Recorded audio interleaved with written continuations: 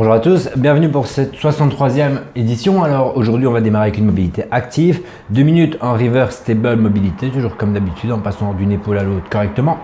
2 minutes de side to side où là aussi vous prendrez le temps à chaque fois d'aller mettre l'entièreté du biceps et de l'épaule en contact avec le sol. 10 roll to V-sit, attention de ne pas essayer d'aller trop loin dès le début. 1 minute en finger stretch, 10 stretch push-up, vous passerez là aussi 3 secondes dans la position haute du mouvement. Et 30 hips flow, vous pouvez mettre les mains ou les enlever selon votre mobilité. Ensuite, la session de force aujourd'hui sera 3 fois 10 répétitions avec 2 minutes de pause entre chaque série et on fera un front squat plus un strict press. Donc c'est évidemment le poids du strict press qui doit être déterminant. Le but, soulever le plus lourd possible sur vos 10 répétitions sans jamais faire de thruster. Donc c'est clairement un front squat, une pause après le front squat. Je ne donne pas un temps de pause, mais la pause doit être complètement marquée, jambes tendues, hanches verrouillées. Et on verrouille en strict press par la suite. Donc un front squat, un strict press, 10 fois, 2 minutes de pause et vous pouvez clairement augmenter au fur et à mesure des répétitions. Si vous avez tout autre objet, ça peut être clairement fait avec un sac lesté, un front squat, un strict press. Ça peut être clairement fait avec 2 kettlebells, 2 dumbbells, peu importe en fait ce que vous pouvez prendre, mais c'est toujours un front squat et un strict press. Ensuite, le workout aujourd'hui, vous aurez 10 minutes pour le faire, ce sera un 4 time. On commencera par 100 double under. Alors aujourd'hui, les double under, vous pouvez les scaler soit avec des single under. Le but, c'est quand même qu'on ait un cardio qui monte assez haut.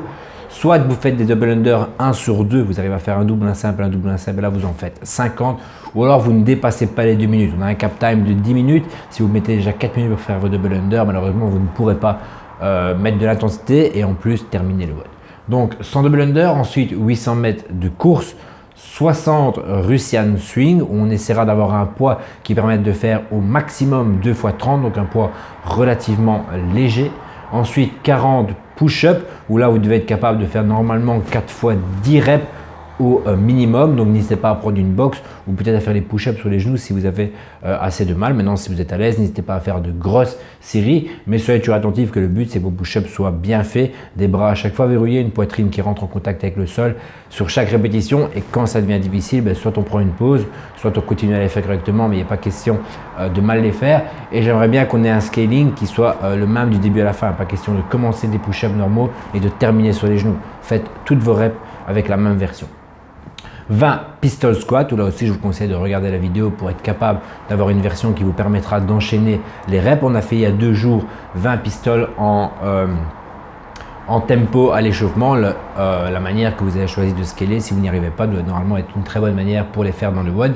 Et on terminera de nouveau par 100 double under. C'est plus un bonus ces 100 derniers. Si vous arrivez déjà à terminer vos pistoles, c'est très bien. Ensuite, les 100 double under, si vous n'avez pas terminé et imaginons que vous ne savez pas les faire, vous allez jusqu'au bout des 10 minutes pour faire un maximum de double under. Si vous savez les terminer, évidemment, faites-le. Et on s'arrêtera là pour aujourd'hui. Ce sera déjà très bien. Et on se reverra demain pour le WOD numéro 64.